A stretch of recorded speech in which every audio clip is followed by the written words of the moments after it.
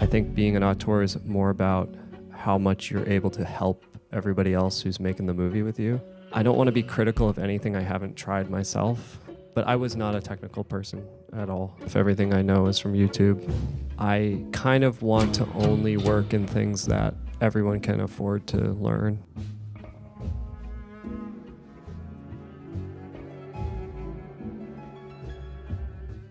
As a director first, why did you choose to learn VFX? I went to college with the Daniels, the directors of Everything Everywhere. We left college and all decided to direct music videos because it seemed like a way to make films quicker than trying to get a feature made. As you guys are probably all aware, you're trying to take, in that world, you're trying to take a small amount of money and make something worth watching, big. And so they quickly figured out to do visual effects in After Effects. And they showed me kind of what they were doing, and it was both brilliant and very simple. And so I realized that there was this tremendous tool that should be part of a director's repertoire, so that you're not frustrated by the lack of resources. Yeah, I wasn't technical. Like my heroes were like Gus Van Sant, and I was really into David Gordon Green's early films, and I just wanted to make independent movies. But everything I've learned how to do is just because I can't do anything else. Like I just have to make films. And so if you told me I had to like learn how to like, build a car engine to make a movie, I'd do it. Like, so it's just out of complete necessity. But from that necessity, you discover even more passion for the form and more understanding for how it works. I'd be lying if I said I didn't enjoy doing this kind of work. Like I get really excited when a shot looks good and it just came out of my hands. But I was not a technical person at all. Like I didn't know, in school I didn't do anything to learn about this stuff. Everything I know is from YouTube. It's true. Why did the Daniels choose to work with directors instead of a specialized VFX studio? Everything Everywhere was a pretty modestly budgeted film, and it had a lot of crazy stuff in the script. And they had made a film before called Swiss Army Man. And there's 7 billion people on the planet. You might be lucky enough to bump into the one person you want to spend the rest of your life with. And where they had worked in tandem with a bigger VFX company. And they, I think, found the process frustrating in the sense that their movie was so small that a big VFX company wasn't really designed for that. We wrote and imagined the entire movie with our crew in mind. Our goal was to take a bunch of equipment and a bunch of friends out into the woods and make a crazy, insane movie that went against a lot of conventional ideas of what a film should be. It was a little bit like summer camp. That's how we kind of understand directing as a job, is as a camp counselor. So when it came time to do their next film, since we had all worked on music videos together, they thought to call me and these other folks who were directors in our own right, but also did visual effects, because they thought that would be the only way to actually pull this thing off. It's quite a difficult thing to do that in feature filmmaking, because you're talking about somebody else's money, and that money has to be protected by insurance and different things like that. And so when you go to a producer and an insurance company and say, this movie should cost $50 million and we're going to make it for 12, they're like, you take on a lot of risk. So I appreciate that they essentially lied to get us on the movie, saying we could do this thing when we didn't truly know if we could. But that's kind of what's great about them, is that they work with the same team all the time, and they really invest in the people that they have worked with all along. How did the VFX team for this movie come together? So the team was myself, this guy, Jeff Dessum, Ethan Feldbaugh and Zach Stoltz. Zach Stoltz is a director in his own right. He had worked on some of my music videos. He had worked on the Daniels videos, and he was the first person that they brought in because he had actually co-directed with the Daniels on a music video. It was a very visual effects heavy video, and so they thought he'd be great as a visual effects supervisor who could also be kind of functioning in this like directorial capacity. And so we initially met, all of us, at Dan Kwan's house in like 2018 maybe, and they showed us this kind of incredible presentation of all these ideas they had about how they wanted to do visual effects and make them look different, and they didn't want it to look slick. They like wanted it to feel handmade. So yeah, it was the four of us from the get-go, but we all knew each other for a long time before then. So we did this whole film. We were never in the same room together, and our whole plan was to actually be like in this like La Forêt Électrique thing where we'd be in like one space and we'd be looking over each other's shoulders and maybe shooting some stuff in a corner and like that kind of thing. And then COVID hit, so we had to quickly figure out a way to do it remotely, which is, I think, maybe the biggest technological advantage that came out of this was realizing that you absolutely can do these things without being in the same place as someone else. Well, I was gonna say that what's going on here is incredibly rare. La Forêt Électrique, we don't have anything like this in America at all. This is like this would be a dream for any of the people who worked on everything. Like all these filmmakers, like the Daniels, they would love to have this. What's going on here? So, yeah, I'm like, my mind's been blown being here for 2 days and just seeing what you guys are doing. I mean, it's truly not happening in America. So I was happy to get on a plane. So yeah, we were never in the same room. I was in like my parents' basement because it was COVID, and I came back to see them, and everyone was just in their apartments going crazy, working on this film. This new film that we've done, we did it completely remotely as well. It makes this stuff actually like far more affordable. How did you split up the work? Did you each have your own specific skill set? We each have things that we're good at and that we like to do. So myself and Jeff Dessum, we both like to play around in 3D and bring that into After Effects. Ethan and Zach, on the other hand, are pretty much dedicated to 2D compositing, which, I don't know how to explain the actual difference between those two things. But so, for example, like there's this bagel in the movie that's 3D. And so that was I had to do a lot of the stuff having to do with animating that. But yeah, we each, whatever shot, we would just kind of try to do it beginning to end. But then sometimes shots would hit some, issue, and we would pass them back and forth. And so, yeah, it was really collaborative. But in general, I think we were all, since we knew the Daniels for so long and were directors in our own capacity, we were trying to just make shots that we would be happy having in our own movie, and then also kind of intuiting their taste. Like there was plenty of times where I'd work on a shot and be like, I would like this, but they won't like this, because I just know them really well. And sure enough, that was like often true. But yeah, that was the helpful thing is being directors in our own right. You take pride in what you're doing in a way, because you're like, yeah, this is good enough to be in a movie. If it was my movie.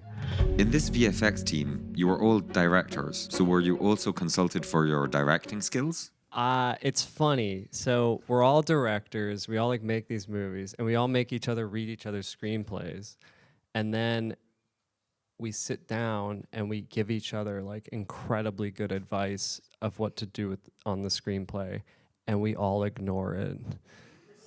And then the movies get shot. And then we all go see each other's movies, and we go, it was great, but they should have fucking taken my advice on that. So yeah, it's both a incredible creative community and also a bunch of stubborn people. Can you talk about the famous 3D bagel? there's this program called Blender, and Blender, I think, is one of the most exciting things that exists because it is completely free, and it is a 3D program in which you can animate, you can create things, it's incredibly versatile. But when people are first learning Blender, they often do this tutorial called the donut tutorial, where this really generous guy named Andrew Price just like takes you through the basics of Blender. So we had this bagel in the movie, and they wanted to shoot it as just like a practical object. They just wanted to film a bagel on green. And then I remember doing my bagel. Like I went to model a bagel, and I thought, wait, I should just get my donut tutorial out. And so I did, and I just changed the look of it, and that's what's in the movie. And it's kind of I think it's the nicest tribute to what I'm hoping movies like this inspire, because it is literally the same thing that, at this point, like probably like over 1 million people have made. It's almost no different except for a few small details. And it's throughout an Oscar-winning movie. Could you talk some more about your process? Was the VFX team on set? There was a lot that was done beforehand. Anything with trying to figure out the what they call UI, user interface, of the first jumping. That was designed beforehand. I also did like some randoms, like there's in the film, there's a news broadcast where you're seeing some of the characters are wanted by the police. I had to make that so they could actually have it on the TVs. There's also a sequence where there's surveillance footage or security footage of the laundromat. I had to make that so it could be actually on the televisions. The way the Daniels work is like, I think it's every day is like really surprising to everybody. They're just constantly coming up with different ideas, new ideas. So Zach was there every day trying to, manage that. But what eventually came to us to work on, some of the things were extremely premeditated, and some of the things were like, now we're gonna figure this out. To you, what do VFX represent in the creative process of a director? I think so. As a director, I think that visual effects. It's starting to just describe like everything that you're seeing on screen. It's not just something that is explicitly a visual effect. I mean, even really small, simple films use visual effects to change the image, remove something, reframe something. We got sent like Wes Anderson's new movies, and his movies require a massive amount of retiming performances. So like there's more visual effects in a Wes Anderson movie than like anything. And even though they look like these like really practically conceived, like handmade things, like he's doing tons of stuff. So in that sense, I just see that it's a part of the process now that is everyone's relying on. And so as a director, I think it's a way of getting to turn to your production designer and say, I'll help you out. Like, how can I help you? And then turn to your DP and saying, how can I help you? Like, what do you not have time for that maybe I can do later or help out? And then even your actors, you're like, oh, you were so good in this take, and then they weren't as good. Like, how can I like make you both look great? And so I guess in the sense of like wanting to be an auteur, I think being an auteur is more about how much you're able to help everybody else who's making the movie with you, not about trying to just dictate verbally things, because it's limited. Also, I would say storyboarding, all those things, like just anything you can do to make other people's lives easier. That's kind of the point of stuff like this. How did your VFX skills shape the writing of your short film, A Folded Ocean? Yeah, cool. So the short film is one that is incredibly visual effects heavy, as this couple that are melting. And I storyboarded it. I did tests to figure out how the effect would work. And then I think when it comes to actually integrating, a visual effect like that, that's so clearly a visual effect, it's not invisible. Your greatest tool isn't any piece of software, it's your eye. Just your ability to look at something and decide whether or not you're believing it. And if you aren't, what's it going to take for you to believe this? And so in this case, I shot the short in a documentary fashion. It's all like handheld. And so you're not, there isn't this sense of having to cut to see a visual effect that's been done. When I deal with other directors who don't know visual effects, they always want to shoot their projects in a very conservative fashion because they're afraid that they'll shoot it in some way that will make it impossible to work on the footage later. And I would just say, just whatever it is you're trying to do, just go on YouTube. Someone has done it. And you could just watch other people do these things, and they'll answer the questions of whether or not it's possible to, just walk around with a handheld camera and have, things going on, or how to, or whether you need a green screen. Like, I can't tell you how often people are like, oh, I need to set up a green screen for that. And I'll be like, actually, you don't. Like, that's not always the answer. So, YouTube, that's it, YouTube. Just go on YouTube. You can type literally the most inarticulate version of your question, and guaranteed someone has like made a fully beautifully produced video telling, explaining to you how to accomplish what it is you're trying to do. Do you plan to work the same way for future projects? The guys who did Everything Everywhere, we started a company called Pretend, and our next movie is this film called Arcadian that I directed. And I do have this dream for our company that we'll each take turns directing films, and we'll each work as visual effects artists on each other's films, and I worked as a visual effects artist on the film itself. It's funny, comic books, which we talked about yesterday, I got really into them during the pandemic, specifically independent comic books, because I just really enjoy that these are stories being told by one person, that like one person does absolutely everything. Every line is from one hand. And I think that I think with the way technology is now, I don't understand why film can't be more like that. Yeah, no, it's definitely like, that's how I want to make films. I don't think every film needs a lot of visual effects, but I think that I don't like the idea of directors as like these dictators. Like, I think it's like, if you care about what you're doing, you should know how to do a lot.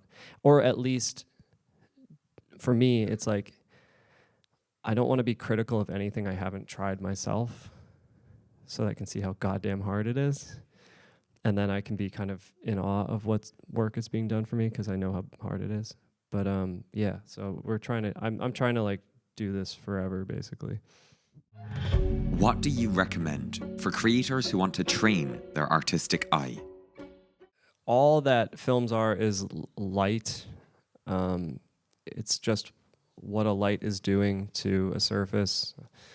And so I think if you found films that you love, and there's especially something where it's a set that was lit really effectively, something where light is really behaving on surfaces in a way that you found compelling, I would say try to recreate that shot, in 3D, or shoot your own thing and basically try to replicate the image, like be like an art forger, And the best way to train your eye is you work on it, you walk away, you come back, you're like, wow, that's horrible. And then you work on it more, and you're like, now it's perfect. And you walk away, and then you come back and go, holy shit, this is horrible. And you just do that for 12 years. That's my recommendation. What do you think about AI in filmmaking? AI is a tremendous tool. We used it a lot in Arcadian. We didn't use any of it in Everything Everywhere. It wasn't there yet. But Arcadian, we've used it for a lot of different functions. It's extremely exciting. It's going to make things even more accessible for people. AI is like any tool. You just have to figure out how you can maintain yourself as an artist using it. You can tell when you're cheating. And then you can tell when you're doing something that is saving you time. We all have that in us. We can all tell when something is our work and when something is not. And that's kind of my rule with AI. Do you draw storyboards before making a film? I think storyboarding is a really interesting process because you're always amazed at what actually you do shoot exactly the way you drew it and what you doesn't work because you can't get the lens there, it just doesn't look right. So I think that for me, storyboarding is a way to be really close to that feeling as a director of thinking you have it all figured out and you don't. and that's why I like to do it. And I only started doing it when I got an iPad because I found that I couldn't draw anything when I was, 32. It was like 3-4 years ago. I couldn't draw a stick figure, and then I just realized the iPad makes it really easy to learn how to draw. And now I find it to be a really gratifying way to make your movie first in this way, but then be humbled by how that thing that you thought was perfect in this stage, you go and you're actually trying to work with people and all this, and it's not right. So I think storyboarding is a useful tool. It's a humbling tool, and it just always reminds you that filmmaking is this thing that you can't premeditate entirely. What filmmaking software do you use? So software, I just use After Effects, Photoshop, and Blender. And the reason why I use those is because anyone can. And I have played around in other software, but I kind of want to only work in things that everyone can afford to learn, because I really want to democratize how we make movies in that regard. Procreate for the iPad, that's one of the most exquisite pieces of software anyone's ever made. I highly recommend it to anyone, not just people, filmmakers and visual effects artists, just anyone. Are VFX a way to overcome issues that happen during the shoot? This new movie, Arcadian, we couldn't reshoot anything, and there's a scene where I had to literally in CG recreate the set. I had to animate human babies. I had to do all this crazy shit that you would normally just do a reshoot, but we didn't have any money. And so I am now of the opinion that I think you can do anything. After this movie, I'm I was getting away with murder on this film, basically. And there's shots in it that are completely CG that I don't think anybody will sniff out. I say that now, I'm probably wrong, but everything everywhere. We never had a shot that we were stymied by. I'd also like to say just quickly, I know there's a lot of filmmakers, and I know there's a lot of different experiences of filmmaking, but you do all this prep, you draw all these storyboards, you do all this stuff, and then you go to set and it's a shit show. It everything everywhere, shit show. Arcadian, shit show. It's just Reptile. I don't know if anyone's seen that. Shit show. It's just, you're just there eventually running out of your prep, and you're working off your intuition, and you're in this thing that is alive in front of you, and your shots start to be done in that way. There is no shot list on these movies. Sometimes, but often not. Often you are just in that moment testing your ability to pull something out from you that will be worth watching in a year. And that's consistent against all these films. So because they're independent, they don't have a lot of time. You are up against the clock, and you're just I hope this works, because you just can't anticipate everything.